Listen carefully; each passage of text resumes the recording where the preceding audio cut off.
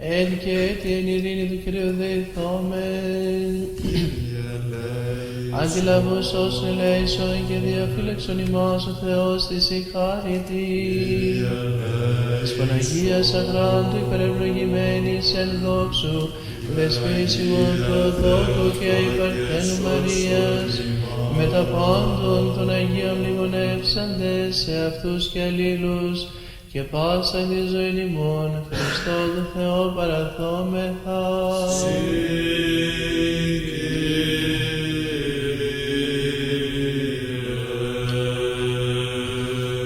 Οδυσσόν το κράτος και σου έστειν η βασιλεία και η δύναμις και η δόξα του Πατρός και του Υιού και του Αγίου Πνεύματος, νίκαια ή και εις τους αιώνας των αιώνων.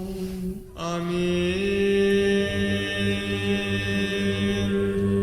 Ο Θεός εκτηρήσε ημάς και ευλογήσε ημάς. Σώσον ημάς, Ιε Θεό, ο Αναστάς εκ νεκρών, ψάλλοντας η αλληλούια.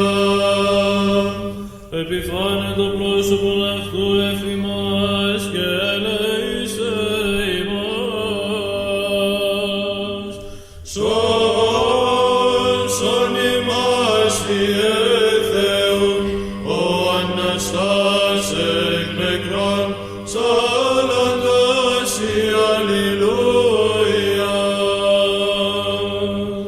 Του γνώνε τη γη την οδόν σου, εν πάσιν έθνεση το σωτηριόν σου. Σώσον ημάς, Ιε Θεό, ο Αναστάς εκ νεκρών, ψάλλοντας η αλληλούια. Εξομολογήσας τους αν συλλαεί ο Θεός, εξομολογήσας τους αν συλλαεί πάντες. Σώσον ημάς, Ιε Θεό, ο Αναστάς εκ νεκρών, ψάλλοντας η αλληλούια. Δόξα Πατρί και Υιό και Αγίο Πνεύματι, και νυν και αεί και εις τους αιώνας των αιώνων. Αμήν.